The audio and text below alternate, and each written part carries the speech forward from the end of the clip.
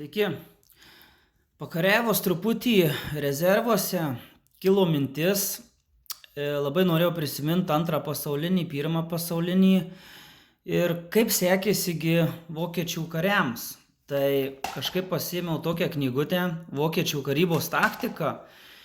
Ir šiaip kas labai sudomino, kad labai įdomiai aprašyta šumai, karininkų mokymai, rezervai jų ir visa, kaip sakant, doktrina.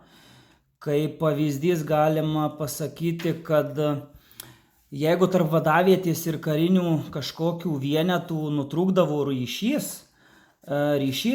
pas vokiečius, tai pas juos karininkai imdavosi iniciatyvos ir sugebėdavo ar atsitraukti, ar užpulti, ar kažkokius kitus veiksmus padaryti, kurie būdavo čia ir dabar. Kai tuo tarpu sąjungininkai, britai, amerikiečiai tiesiog nežinodavo, ką daryti, laukdavo įsakymų ir būdavo viskas realiai pramiegamos geros situacijos ir, kaip sakant, kitais atvejais būdavo ir gaudavo nuo vokiečių į kuprą.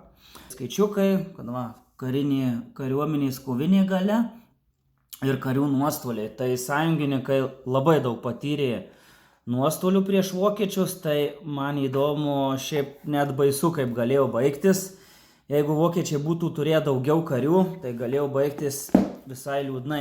Tai kas susijęs su kariuomenė, tai aš nežinau, gal koks kariūnas paskaitys, kareivis, rezervistas ar dar koks biesas, tai arba kas tarnavę dirbė, tai labai dar matos yra pliusų.